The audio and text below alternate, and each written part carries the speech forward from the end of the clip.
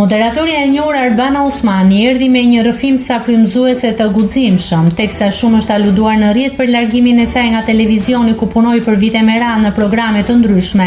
Ajo i dha të gjitha përgjigjet. Këto të fundit nuk i përngjasojnë atyre që shpesh jemi mësuar të dëgjojmë.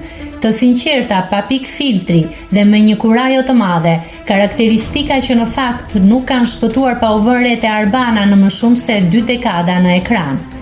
2 vite më parë, ndoshta në këtë orë në një studio të madhe me shumë drita, në programin që kishte mbërthyer shqiptarët brenda dhe jashtë kufive, e vetmja gjë që mezi po prisja të ndodhte ishte që ai program të mbaronte.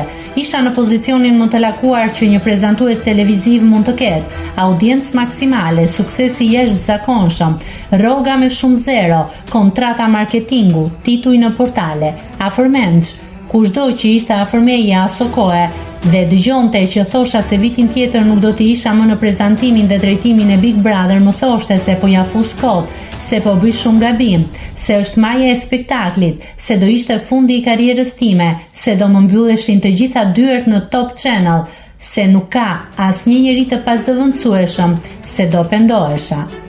Natyrisht, një pjesë dolën të vërteta, e pavarësisht korit, që kisha kundër atë kohë, unë vendosa të largohesha, jo pa keqardhje, por se po humbisja diçka më të rëndësishme se suksesi, ambicia dhe parat, se po humbisja veten time.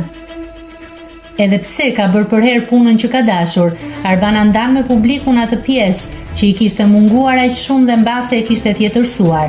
Një mesazh ky që nuk është fama, suksesi, parat apo klikimet, elementet që na bëjnë të ndihemi të gjallë të kompletuar.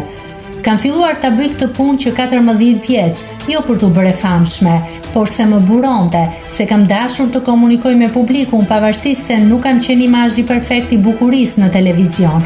S'kisha atë gjatësinë, ecjen, duart i mbaja keq, akoma i mbaj keq.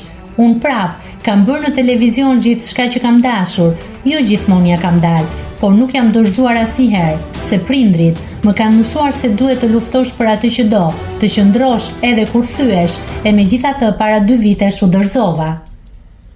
U largova nga ajo studio e madhe zemërthyer, u largova duke menduar nëse kolegët e mi do më shkruanin apo do më flisnin, ika dhe nuk kisha asnjë plan B, asnjë.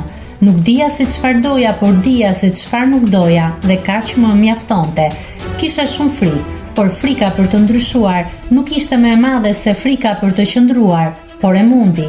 Dal nga dal, rikuperova kohën me fëmijët e mi, shijova jetën reale, atë që s'ka lidhje me followersat, grimin. Duke ikur nga suksesi në sytë e publikut, po njihja një sukses të ri, jo rehat. Po atë pa ndjesinë që të mbyt, që nuk të lë të lirë, një dhuratë që apo i bëja vetes time. Jeta ka mënyrën e vet për të treguar se duartrokitjet e audiencave të mëdha ishin zëvendësuar me ato të fëmijëve të mi.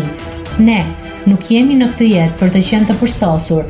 Nëse thyemi, të ringrihemi më të fortë. Në kërkim për sukses, këshilla ime është të mos humni dritën tuaj. Unë kam zgjedhur të jetoj jetën time dhe jo pritshmëritë të tjerëve. Ndoshta kjo është forma më e pastër e guximit, përfundoi Arbana Osmani. Nëse klikoni mbi butonin subscribe, do t'ju shfaqen të gjitha publikimet tona. Ju ftoj t'i bëni subscribe kanalit, të pëlqeni videot dhe të lini komentin tuaj.